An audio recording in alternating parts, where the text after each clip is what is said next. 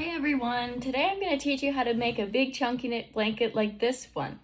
All you're going to need is your hands, a big flat surface like a big table or the floor, and about 4 to 5 balls of yarn. These are 32 yards. I got it at Michael's, but you can also get it at any craft store or even on Amazon, and you can choose any color that you would like.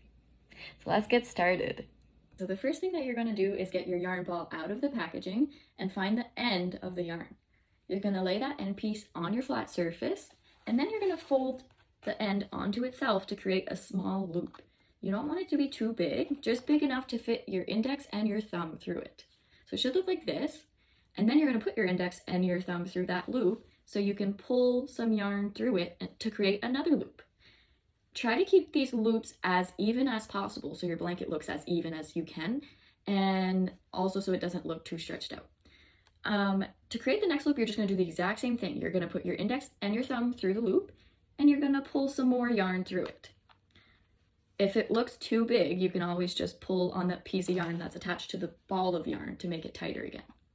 So I like to make about 28 loops for this beginning kind of braid, because that'll be the width of your blanket, and that's usually a pretty good width.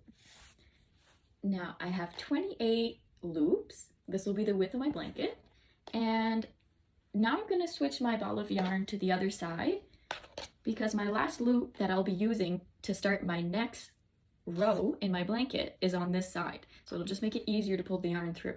Now I'm going to do the exact same thing. This is my last loop, the 28th loop.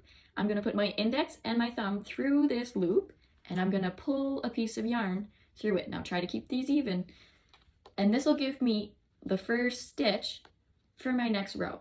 Now in my first row, it created a braid. At the bottom of these braids, at the bottom of the loops, there's a place where you can start your next stitches for your next row. So I'm just going to keep going the same way. There'll be one here, one here, one here, one here, and so on and so forth. So it's just the bottom of the braid. So I'm going to do that. I'm going to take my index and my finger, and I'm going to squeeze it into the loop. It'll be much easier once we get this first or second row of stitches going. So I'm going to put my index and my thumb through, and I'm going to pull some more yarn. So now I have 2 loops in my next row. Now I'm going to move on to the next part of the braid. In the bottom of the loop, I'm going to pull through another loop. Now I have 3 stitches to continue my blanket. So I'm going to do that with all 28 of these loops. All right, so I just finished my second row. It should look something like this. I tried to keep them as even as possible, and I tried to always pull from the same direction to keep them as consistent as possible. So now the last loop that I created is now on the other side, so I'm going to move my ball of yarn to the other side. And I'm just going to keep doing the exact same thing to do the next row. So here I have the last loop that I created, and I'm going to take that loop, I'm going to unravel some of the yarn. I'm going to take that loop, I'm going to put my index and my thumb through it, and I'm going to pull some yarn through that loop. So now I have the first stitch for my third row. Then I'm going to move on to the other loop beside it, and I'm going to pull some more yarn through that one, keeping them as consistent as possible. And I'm just going to move on to the next one, and I'm going to keep doing that.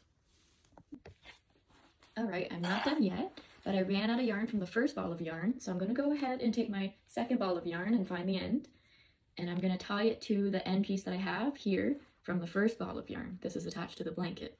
So I'm just going to go ahead and make a knot. I'll take my 2 pieces, cross them over, pull one under, and pull them through to make a big tight knot. And then I'm going to go ahead and cut these 2 pieces off, but I'm not going to cut too close to the knot because I don't want the knot to fall apart. But I do want it to blend into the blanket, so I'm going to go ahead and cut those off. And I'm going to continue knitting my blanket now. This is also where you could add on a different color if you wanted to. You could go from white to pink if you wanted to. You just would have to tie on the new color of yarn. All right, once you're at the length that you want, it's a little bit different to finish off your blanket. So you're going to take the last loop you created and the one beside it, and you're going to put your fingers through both of them. You're going to feed your yarn through that hole, both of the loops. And then you're going to do the same thing. So you're going to take your new loop and one more, put them together, pass some yarn through it from your ball of yarn. And you're going to continue on like that until your blanket is all finished off. So I just created my last loop and I cut the yarn so I have about 6 inches of yarn left, and I'm going to pull that through my last loop really tight like this, and then I'm just going to tuck it in all along the side of the blanket so it blends in with the blanket. Here's the final product. Thank you for watching.